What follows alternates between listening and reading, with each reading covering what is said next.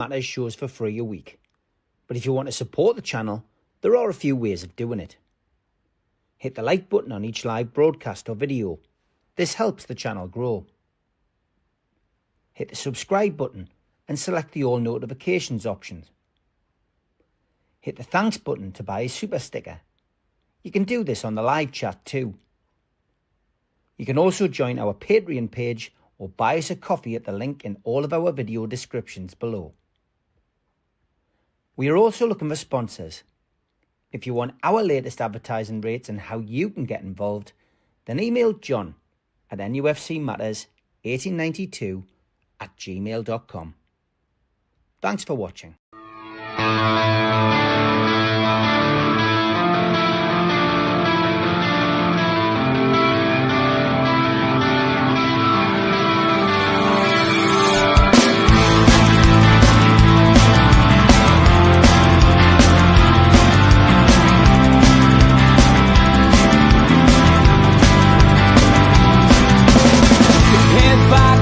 Critics attack. It feels like I've been talking to myself again.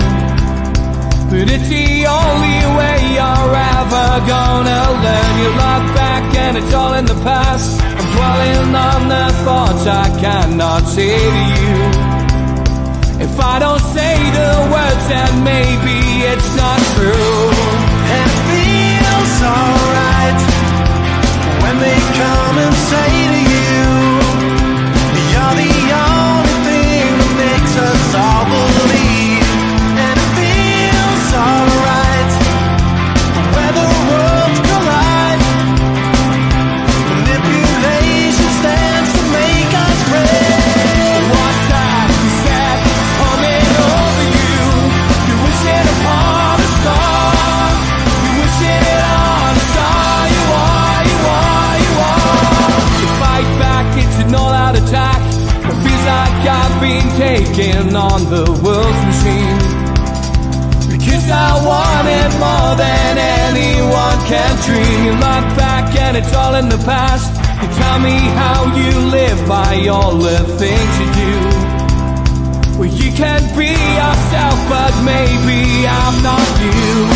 And it feels alright when they come and say to you, you're the only thing that makes us all.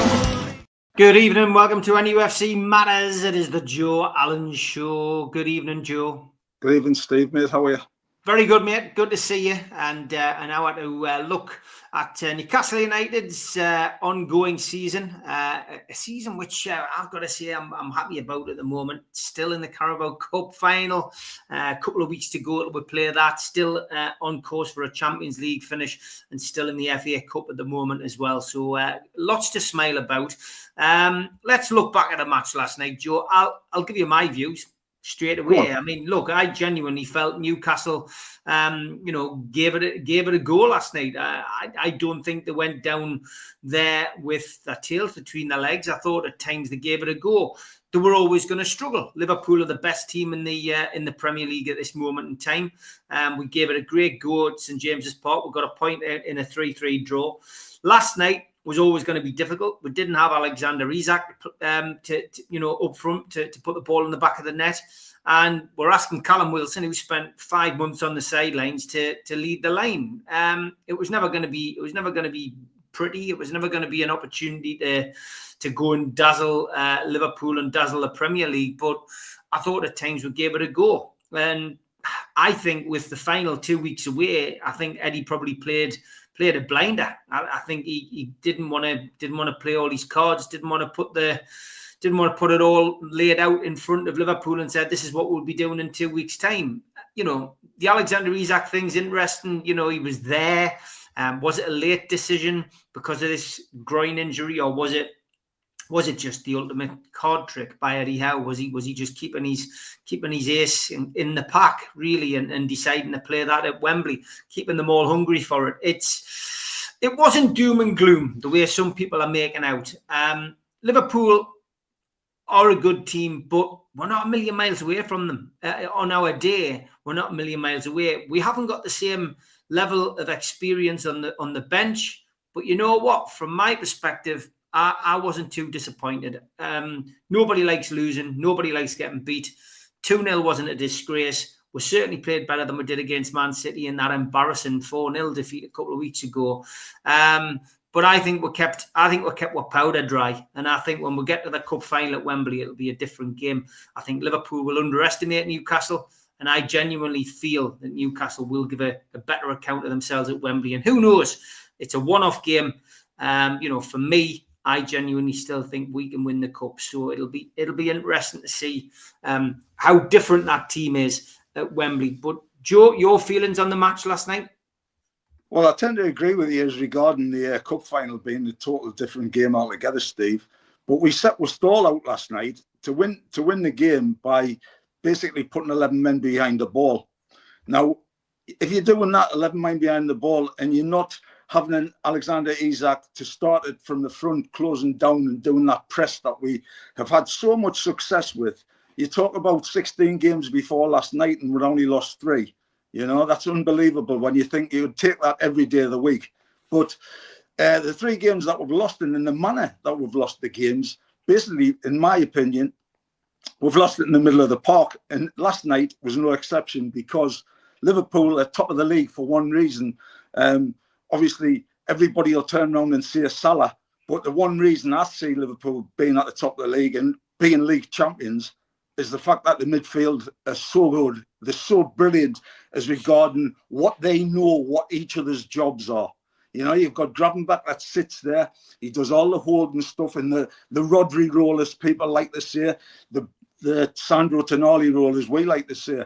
But the 2 players that they've got, it's no coincidence that the pair of them, you know, they've scored 11 goals between them in the middle of the park, which is putting their bit in there. They have got their Alexander Isak. They've got Mo Salah. I've got to say Lewis Hall was absolutely fantastic in the first half last night. He snubbed Salah out. And Salah come into the game in the second half. Yeah, of course he's getting another assist again. But it's no way, shape or form against Lewis Hall's performance because he was great. You know, but talking about the midfield and that crisis thing, when we are getting all them men behind the ball, Eddie set his stall out. He's saying, right, you've got to break us down. You've got to get behind us. Again, if our 2 midfield players, which have been so important in the run that we've had, Steve, right? Sandro and Bruno, they seem to have a bad game when the pair of them are having a bad game. It's not one or the other. It's the pair of them, you know. And against them, we didn't have the capacity like we did against Man City. We didn't have the capacity to put up with their midfield. Against Bournemouth, when we lost, we didn't have the capacity to deal with Kluivert, who ran the show and scored a hat-trick. You know, and you look at Fulham, and their midfield were getting on top of us in the first half. You know, when you've got Smith Rowe playing in that position that we couldn't get in the... I always felt Fulham were coming into it. So getting that midfield right, you know, and bringing one of them off and putting the other one on and doing that. And yeah, I can understand that. The Isak thing, every club in the country, if not Europe, are going to miss Alexander Isak. You know, he's the hottest property going.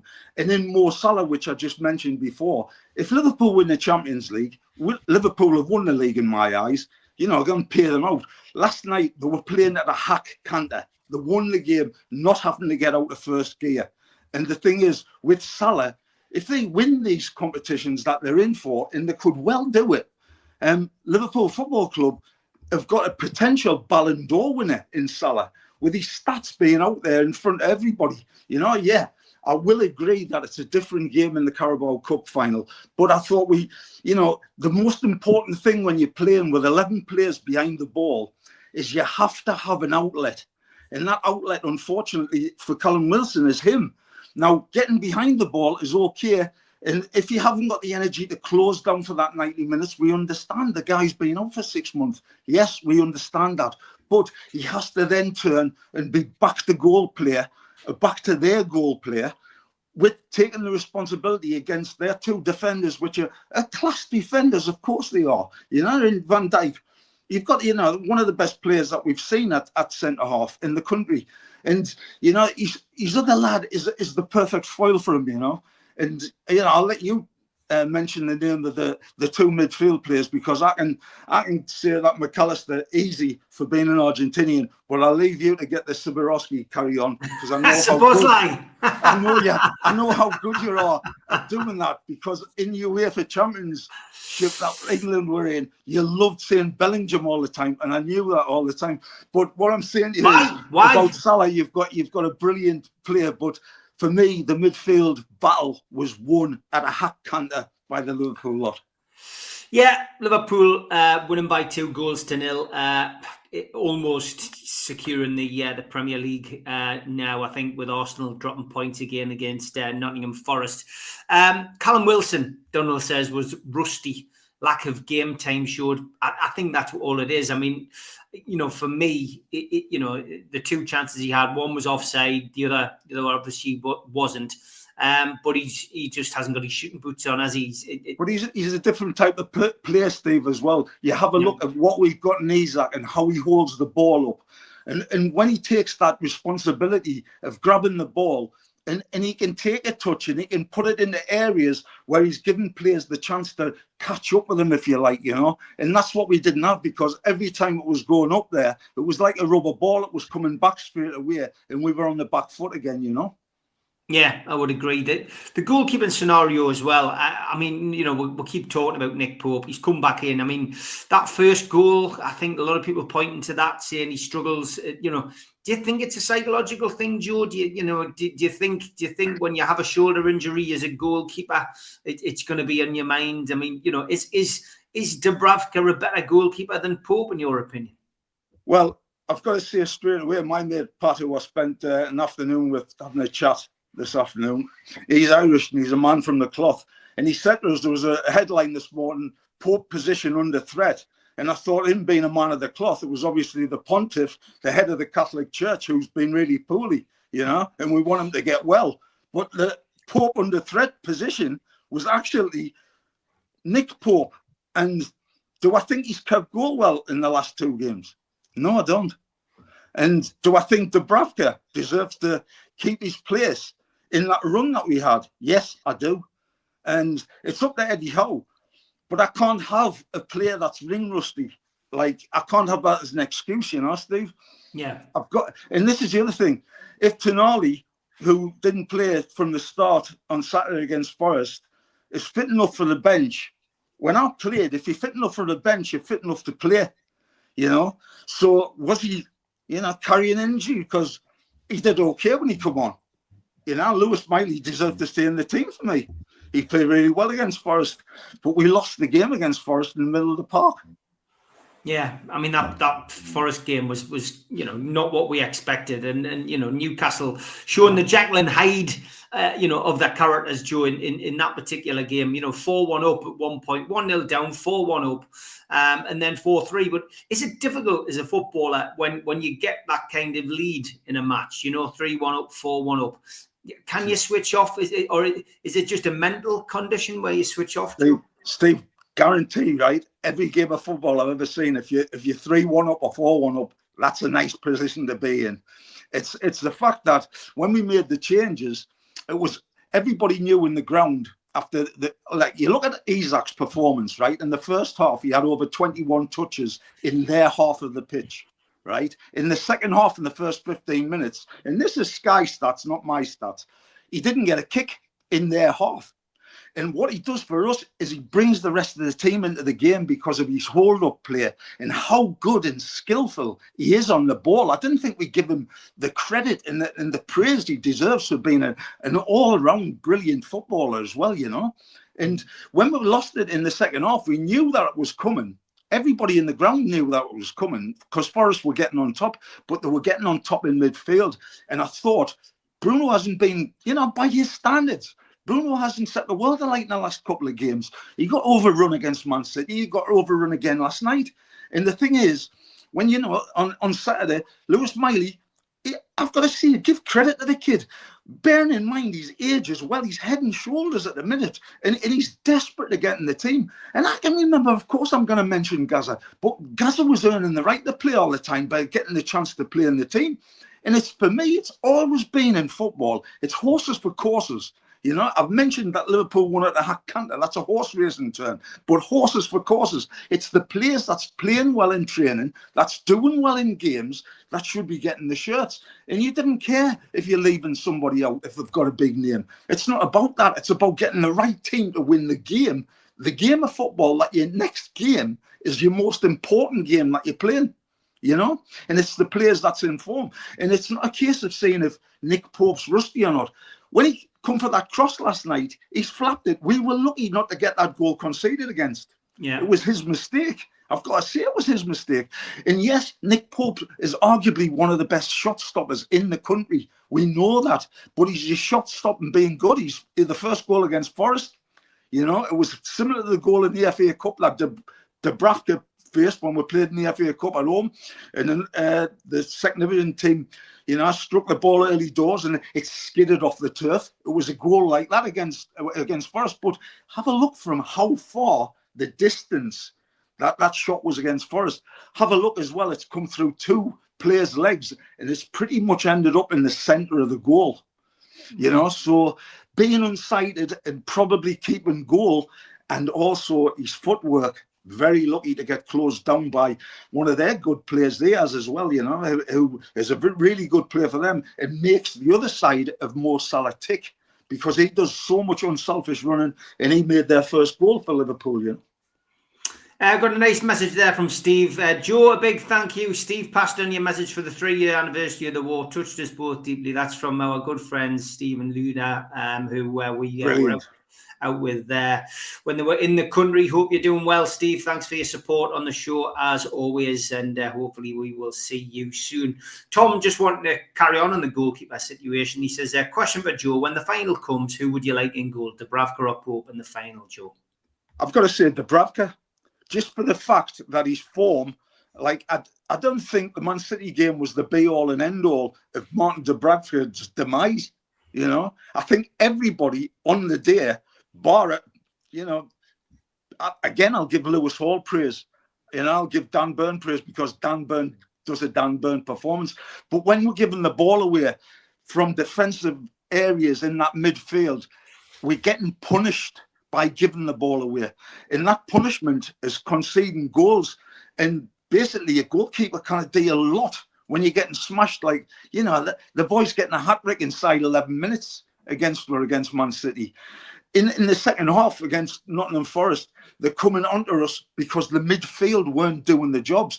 And when the defence are giving the ball away to the midfield players, that's when we're losing possession. So we're playing football in the wrong areas. And the wrong areas is causing us to concede goals at this level, because to make a mistake at this level, you get punished straight away, you know. So on the question, I would say I'd play Dubravka, but I wouldn't be ruling Nick Pope out, you know, but bringing him back and putting him in straight away, I think it was a haphazard decision, you know. I thought, yeah, there's got to be changes because we're getting beat 4-0, because you cannot play a team that's getting beat 4-0 in the way that we got 4-0, you know. I mean, they took the lad off after an hour that scored a hat-trick against us, who destroyed us, you know, and they didn't have Allon playing and what have you.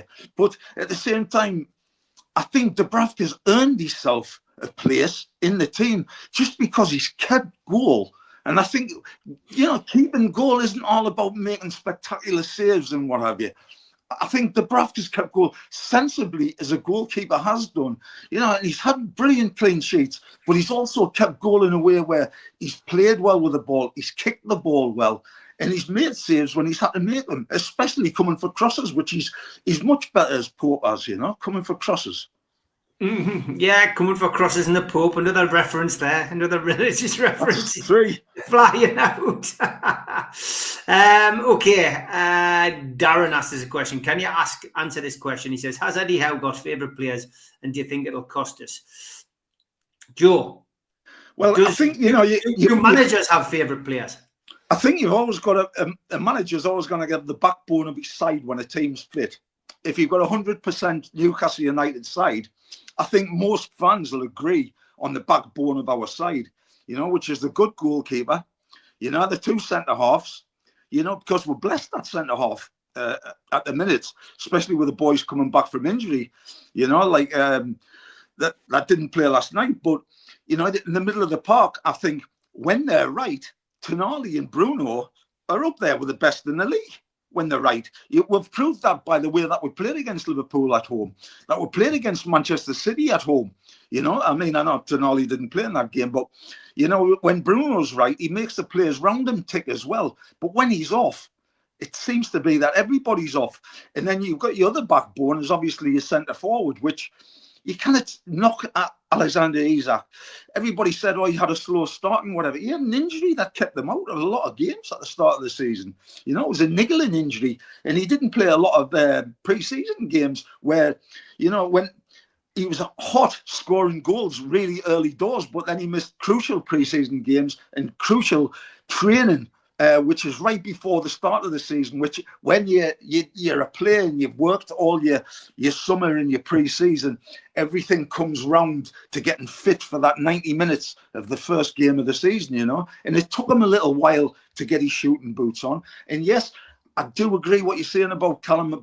It wasn't his shooting boots and whatever, but he's also going to be put under scrutiny and under pressure because the two goals, or the two chances rather, when Isak got brought off, and this is another thing as well, Isak getting brought off when he's been on 2 goals as a centre forward, I would be absolutely braying Eddie Howe's door down. Why are you taking us off when I'm on 2 goals? If, in Callum Wilson's case, Alexander Isak are getting in the positions that Callum Wilson did, 1, would he have took the chance and scored for them the first one or the second one? Or 2, would he have been aware of what was around him because there was a side pass on to get a tap in for whoever was coming on to finish the ball. But Wilson chose to shoot and, you know, he come unstuck. His chance that he missed that was offside. Yeah, it was offside. And yeah, he was close to scoring. But the other chance you would think, if that was falling to Alexander Isak on his day, I'd back him 100% to score on that one, you know. And it's a different type of player that you've got in Callum Wilson. He's a back-to-goal player. He can't go that other side of at the minute because basically, I think he's 33 years old today, Steve, you know? Mm-hmm. Yeah. And that's 33 years of age, you know. Your legs start to have a little bit of that when you haven't played and been out. And I'm not saying he's finished at 33. I still think he's got a lot of football left in him. But he's not that player that's going to get the other side of the defence, that's going to turn them.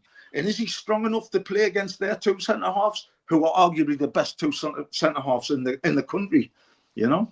Yeah. Set pieces, Jeff Carter's wanting to ask you about. You know, he says we lost possession as well from a throw in 1 minute and 12 seconds into the game. But yes, the set pieces, he's wanting to know your feelings on the set pieces. Are they good enough at Newcastle at the minute? Yes, definitely. I mean, I'm not throw-ins, honestly, boils my absolute blood. And, you know, and it's a thing of, you know, why not work in training? Keeping possession of throw-ins, right, is just as important as keeping possession from the goalkeeper. And I don't think we work hard enough in doing 2 little easy things that we learn when we're playing football. 1 man short and 1 man long. It's so easy to do. And it's just doing a little bit of thought and a little bit of movement. And when you look at the goals that we're conceding in the penalty area, round from the penalty spot to the goal line, we're conceding far too many goals in that area. And that is the set pieces that I think the gentleman's on about. And marking, when you're marking from set pieces, for hell's sake, mark your man. Put the handcuffs on him. Don't let him get a run on you. You know, you're never going to get a penalty for just holding somebody's hand, trust us. But you make him think about, you've got handcuffs on him, grab a hold of him. Didn't pull his shirt, grab him by the hand. You know, you didn't get penalty kicks by holding somebody's hand, trust us. But it's just a lack of thought in that position when we're getting under pressure of areas where we should be strong, you know, because people shouldn't be beating us when we've got a 6'7" goalkeeper and we've got 2 centre-halves that's 6'5" plus, you know, and we've got a big centre forward that can win the ball in the air. You know, we've got players that can command that area, but mark their men because we're not playing against giants every week. You know, I hate the zonal position marking. It drives us mad. But keeping possession from throw-ins, it's a crime to give the ball away from a throw-in. Honestly, it is so important to keep possession. It's just as equally as important as keeping possession of your goalkeeper. And you've got to work hard at keeping them by just doing simple things, but work hard at it. If it doesn't work the first time, run again and do it again. Mix it up and get people running in different angles. You know, it's one short and one long. It's as easy as falling off a log. Jules says, without stating the obvious, TNT commentary was so biased last night. Even Ali was a red. So blatant. It must be really annoying for them that a team turned up to play Liverpool. I've got to be honest, I did watch the TV last night. I did listen to the commentary, and it was as biased as Jules is saying. It is getting worse, Joe. I mean, it was a proper love-in with Salah. Honestly, it is a love-in, Steve. And you know what? I can't agree anymore. And when they're putting the camera on Slot every 5 minutes, because wow, he's watching from a box somewhere in the ground. Who gives a about that? You know, I mean, it's on him and thinking, is he going to get out of the box that he's in watching on the halfway line to get in the lift, to get in the dressing room? I mean, I'm not being funny. What the is going on? Yeah. Crazy, absolutely crazy, embarrassing. It really was. Robbie Musto was moronic, says Jeff. Yeah, it was just a Liverpool loving, and even to the point where they were literally, you know, crying out about penalties and stuff. It was never a penalty. It was a great challenge, and they were almost trying to convince themselves that it was a penalty. The commentator was convincing himself. I mean, he was the one in the ground that kept on pressing all the time, and it's as if like the wanting Newcastle United to fail, you know, and they're coming up with every excuse in the world. But I mean, I'm sure and I know we have our celebrities at St James's Park, but it's very rare that the camera goes bar on ex-managers.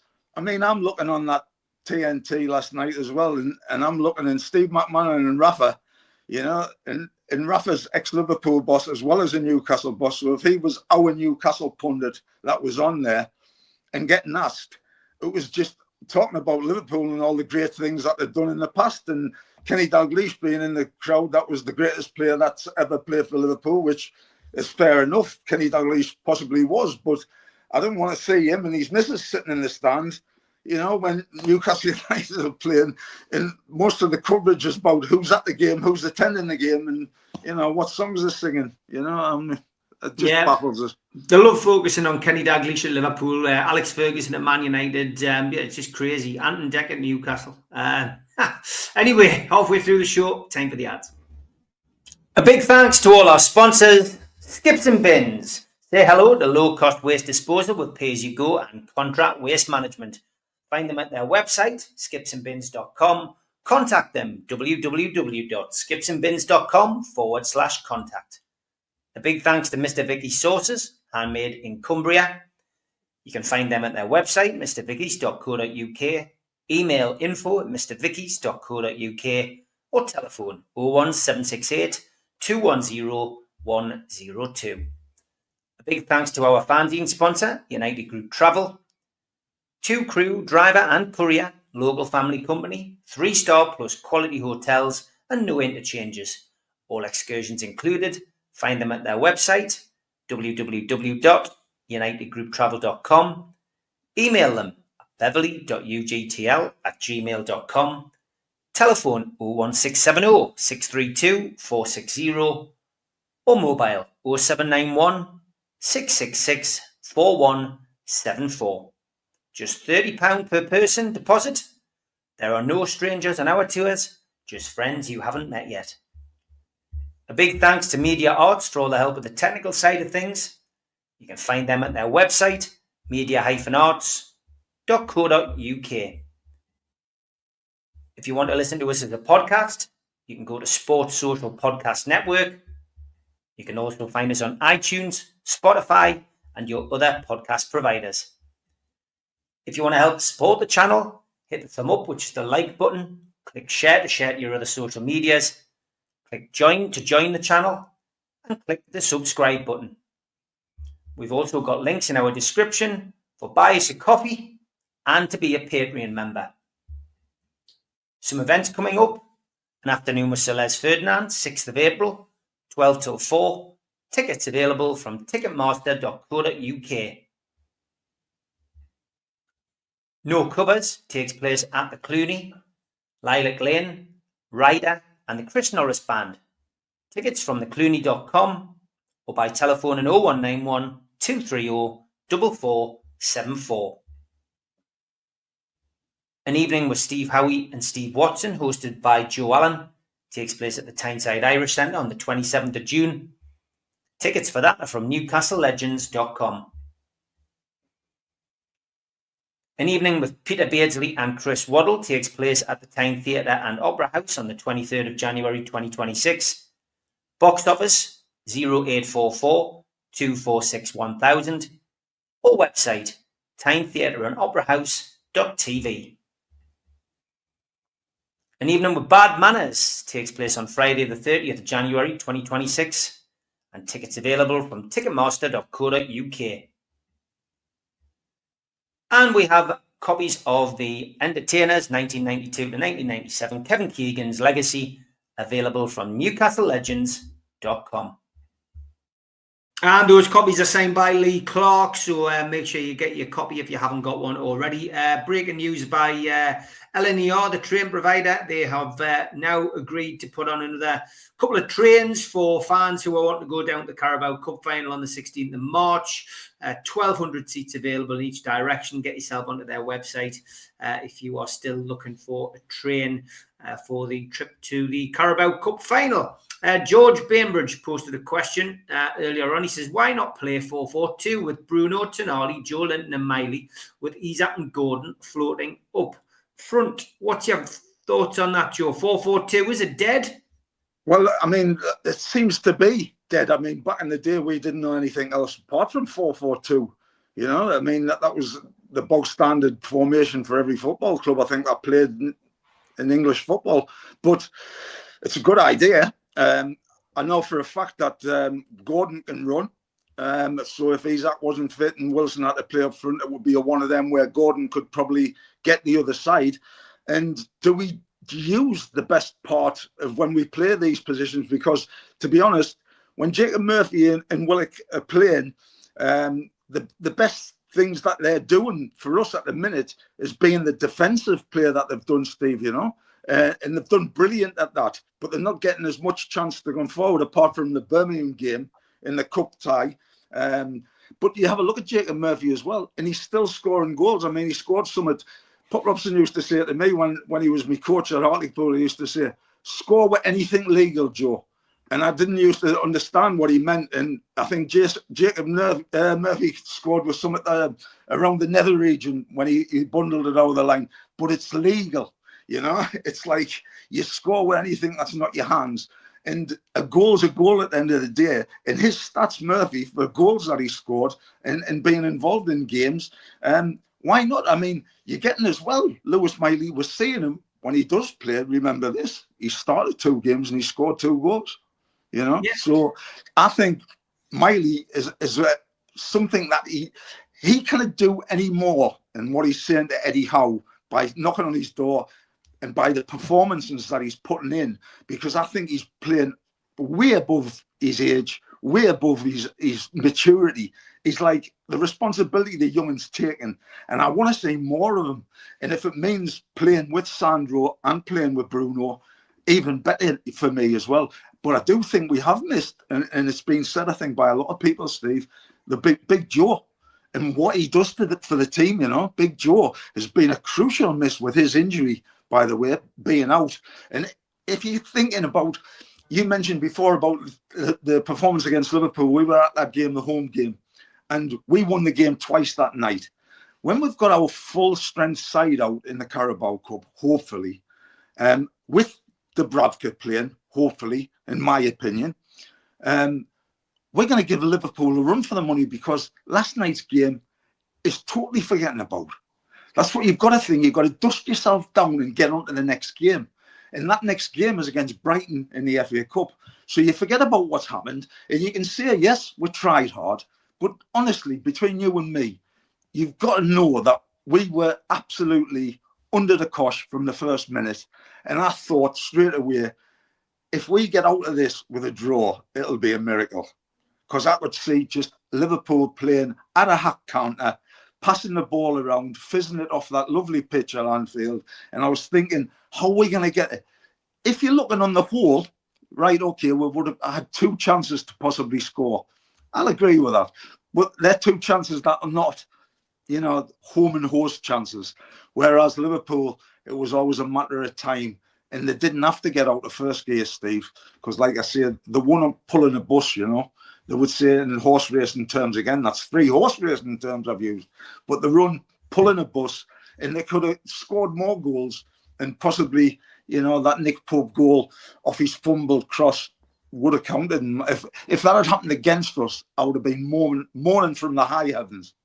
Yeah. I mean, look, it's a chance to bounce back in the FA Cup of the weekend. We'll look at that just before the end of the game. But 2 weeks to go until the Carabao Cup final. Does that result play a part in the cup final, or is it a separate game altogether, like we said at the start?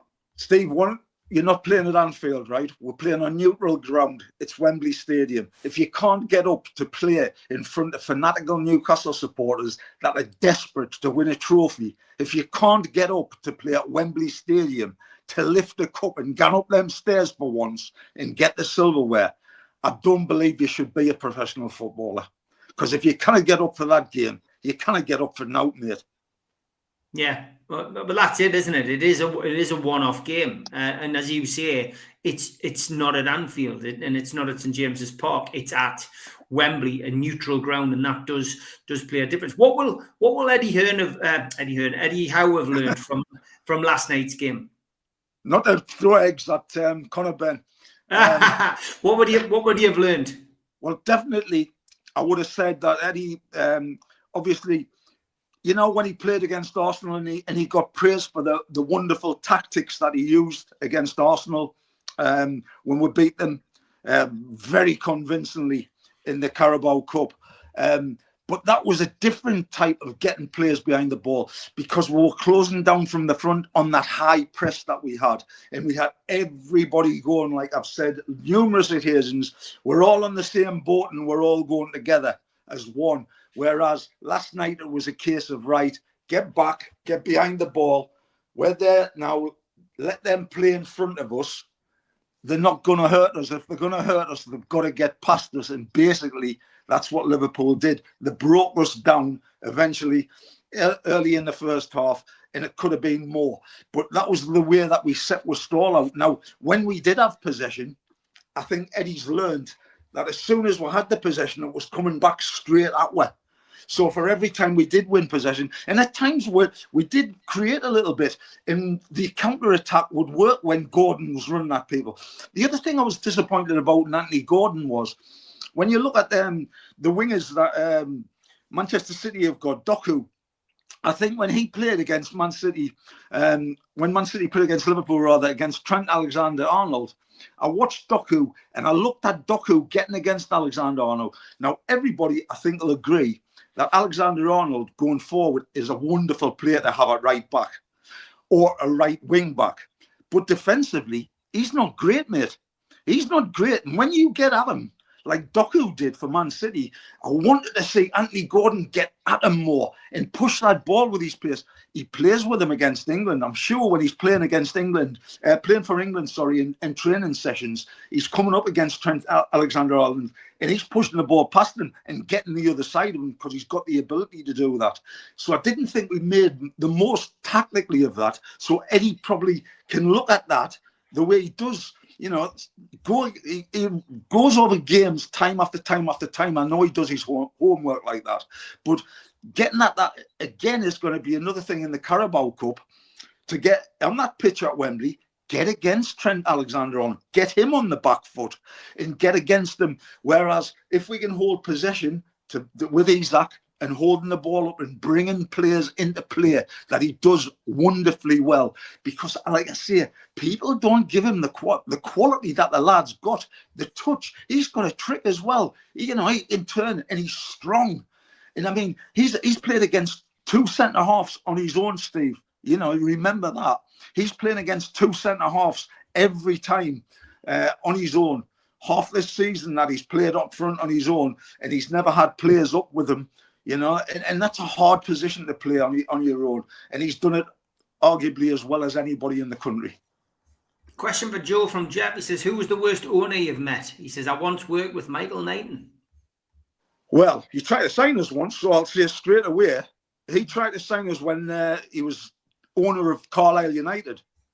And I was at Port Vale, I think, at the time.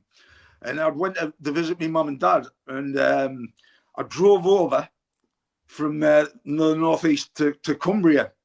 And I don't know if I've ever told you this. I went into the pub, not drinking. I've got to tell you that. The meeting was at 12 o'clock and I got there at 11 o'clock. And I basically travelled over on the A69 and I had a pair of shorts on. And I wanted to be dressed to have this meeting with Michael Knighton. And I went into the pub to get changed because that was the only place I knew that was near Brunton Park, so they didn't see me. Plus, I could park my car at the pub. Anyway, I went in there and there was a blind man there. He was blind in one eye. And I'll always remember it. And he turned around to us and it was like he was having a drink at 11 o'clock in the morning. And he went, you're that Allon, aren't you? And I thought, oh, yeah. He says, Knighton. I says, all right. He says, terrible. He says, terrible owner. I says, how was that like? He says, well, I've been a Carlisle season ticket holder. He says, for 40 years. He says, you can see I'm blind in one eye. I says, oh, I can see that. I says, what's your point? He says, well, I've been there watching this season. They've hiked the ticket prices up again. So he says, I says, well, what's your problem? He says, I went to that night. I says, can I have my season ticket half price? He says, I've been coming here for 40 years. He says, why half price? He says, well, I've got one eye. He says, and I only see one half both times of the pitch. And I cannot see out the other eye. And I said, so you wanted the discount 50%? He went, aye. He says, the bugger said he couldn't have it. I couldn't have it. He says, what I should have done was, he said, went into the stand on the other side in the second half and looked at that side of the pitch. Oh, God. So he was the worst owner by a country mile. Stephen Kennedy wants to know, is the pitch bigger at Wembley compared to Anfield, or is there nothing in it? I've never played, but I've been there, and it looks to me as if it's bigger. But I always think it's the camera action. And when I've been at Wembley to watch games, it's basically the running track that gives the illusion, if you like, of being a bigger pitch. But obviously Anfield as well is one of them pitches where it's quite close. The fans are quite close to the proximity of the pitch. You know, it's not as close as the West Ham ground used to be back in the day, or QPR when we played at QPR. The fans were right on top of you. In West Ham, we know about the chicken run and all that carry on. But Wembley have got that, you know, it's an optical illusion, I think, because the track around the red grass track that it is nowadays, which is now artificial, you know, grass, what they put around the outside, but also because of the barriers and Wembley Stadium itself and the theatre that it is, it gives that illusion that it's a bigger pitch. But they used to say back in the day that the turf used to come basically from Carlisle. I heard it might have been an old wives' tale, Steve. I mean, you're going to watch Bridget Jones, you can tell me. But they used to say that the turf at Wembley used to get was sapping of the legs, because the turf used to be able to take so much moisture, because it was the turf that was like brought from Carlisle to put down and laid at Wembley Stadium. So there's another old wives' tale. But I will say one thing that doesn't change. It's 11 against 11 and there's one ball. And all you've got to do is win your battle against that player that you're playing against. And you've got half a chance of winning that game. Got to be honest, Bridget Jones, Mad About the Boy, the latest film, very good. Thoroughly enjoyed it. Been to see them all, Joe. So if you haven't seen it, go and see it. And we lost a great actor today, didn't we, as well? Gene Hackman. The French Connection is still one of my favourite films. The first two, absolutely brilliant. But yeah, Gene Hackman passed away as well. So I couldn't believe he was in his 90s. 95. And very, very sad to think, you know, like when people nowadays, I think when we're watching films and things like that, I mean, you'll remember watching The French Connection in colour. You know, I can remember it when it was in black and white. Okay, Newcastle United are in FA Cup action this weekend, and we take on Brighton at home. Another stupid kickoff time, 1:45 p.m. kickoff. It is the fifth round. The winners will take their place in the quarter-final draw on a date and time yet to be announced. Brighton have sold around 1,100 tickets, so that means there'll be a few more mags in the ground at the weekend. Early team news, Ferdy Kadıoğlu, James Milner and Igor Julio will miss out, while Joel Veltman, Lewis Dunk and Jason Steele are all doubtful. Brighton come to Tyneside on a 4-game winning run in all competitions. They beat Bournemouth 2-1 at home in the Premier League on Tuesday evening. Referee is Anthony Taylor. It's his third Newcastle game of the season. He took charge of the 3-1 Premier League win at Nottingham Forest and the 3-0 Premier League home victory over Aston Villa. VAR is Graham Scott. And VAR will also operate at all 8 ties. Referee will announce decisions after reviewed incidents, as was the case in the later stages of the Carabao Cup. And semi-automated offside technology will also operate in all but one of the ties. The first time this system has been used in competitive matches in English football. Preston's Deepdale ground doesn't have it installed, so it won't be available at Preston's game. So don't forget as well, the food bank will be in its usual place, just along from the Strawberry, and any cash donations on the day will be matched by director Jamie Rubin, which is carrying on over the last couple of seasons. A few stats for you. Well, Newcastle saw off League 2 Bromley 3-1 at home and League 1 Birmingham 3-2 away, whereas Brighton, they had a 4-0 success at Norwich and a 2-1 home win over Chelsea. Been 6 games between the two sides in this competition, with Newcastle winless since 1930. We lost 2-0 in round 3 in 2012-2013. The season before that, we lost 1-0 in round 4 to Brighton. Then you go back to 85-86, where we lost in the third round 2-0. 82-83, Trelford Mills, anybody? That was that infamous referee. We lost 1-0, of course. We drew 1-1 in the first game, but lost 1-0 in the replay. And 1929-1930, we won 3-0. And a certain Mr. Hughie Gallagher with a hat-trick in round 5. So Brighton, it's a tough game, Joe, but you don't get easy games when you get into later stages of cups.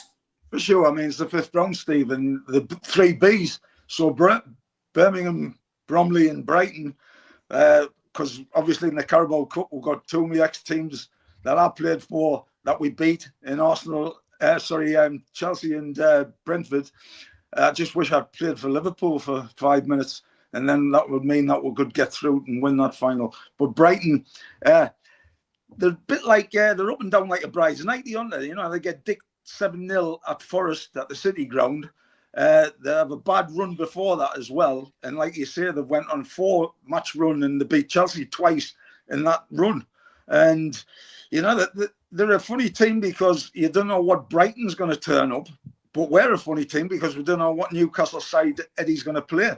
And you're saying, you know, are we going to play the strongest side, or are we going to be resting players and looking after players in the, you know, the Alexander Isak scenario, or are we going to play our strongest side? Because bearing in mind it's the 5th round of the FA Cup, and you get through this and you're only a couple of games from Wembley, you know, and that's a massive pull still. So yes, I think we should be taking it, because I tend to think, you know, if football clubs tend to look at what player might get suspended, or does a player get injured and he's going to miss a game, I tend to think that tends to happen. And you will get a player that gets injured, and you will get a player that gets suspended.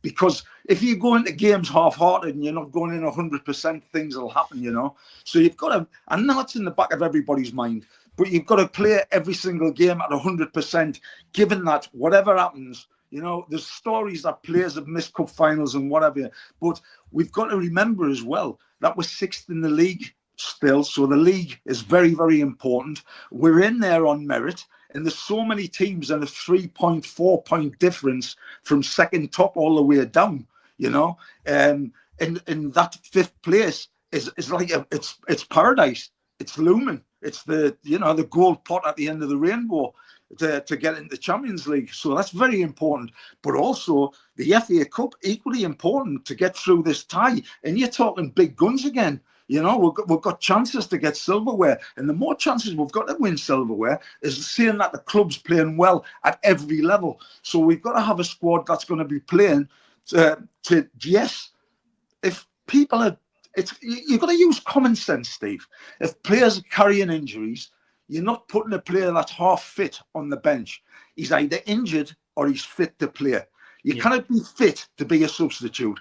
I disagree with that. So if you're not fit, get off the bench and get somebody else in. That's why you've got a squad of players at the football club. I don't care who it is, but if you're not fit, you're not fit to play.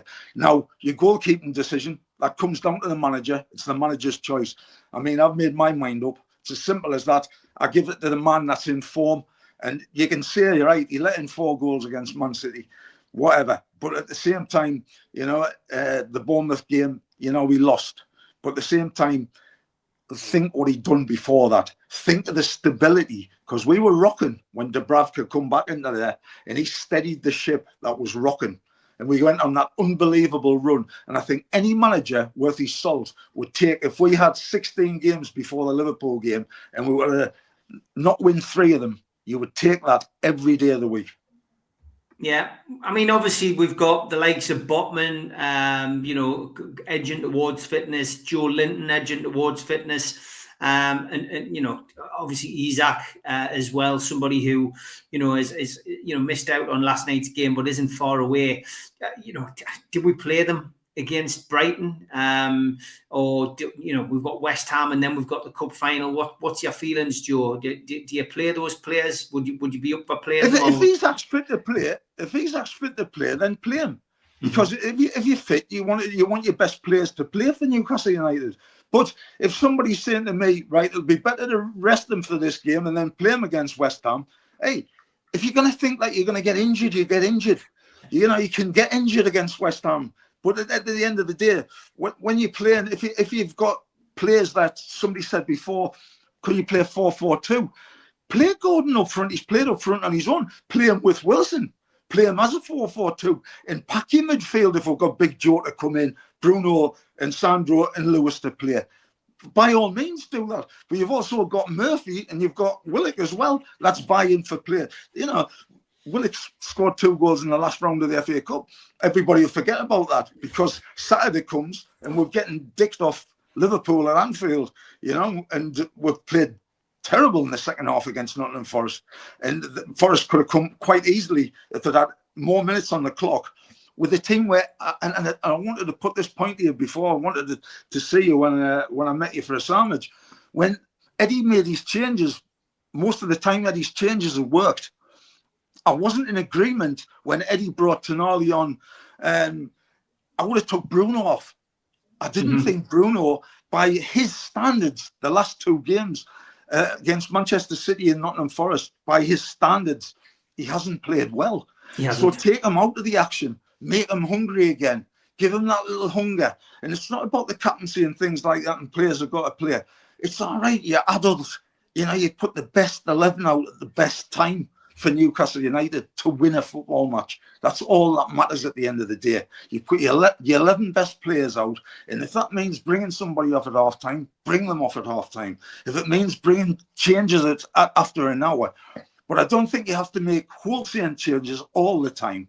You know, you've got to, when he gets his tactics right against Arsenal away, them tactics were brilliant, outstanding.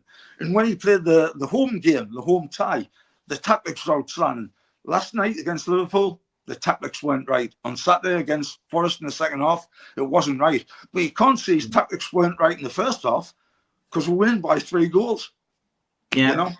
Last 2 questions before I get a prediction off you. Bruno and Tonali look lost without Big Joe. Does Joe think it makes a difference to an individual's game, or should they adapt? Well, they've got to adapt because Joe's not there. But at the same time, I totally agree. because we don't understand how much of a shift that guy puts in every single week. He puts a shift. There's one thing you can say about Joe Linton.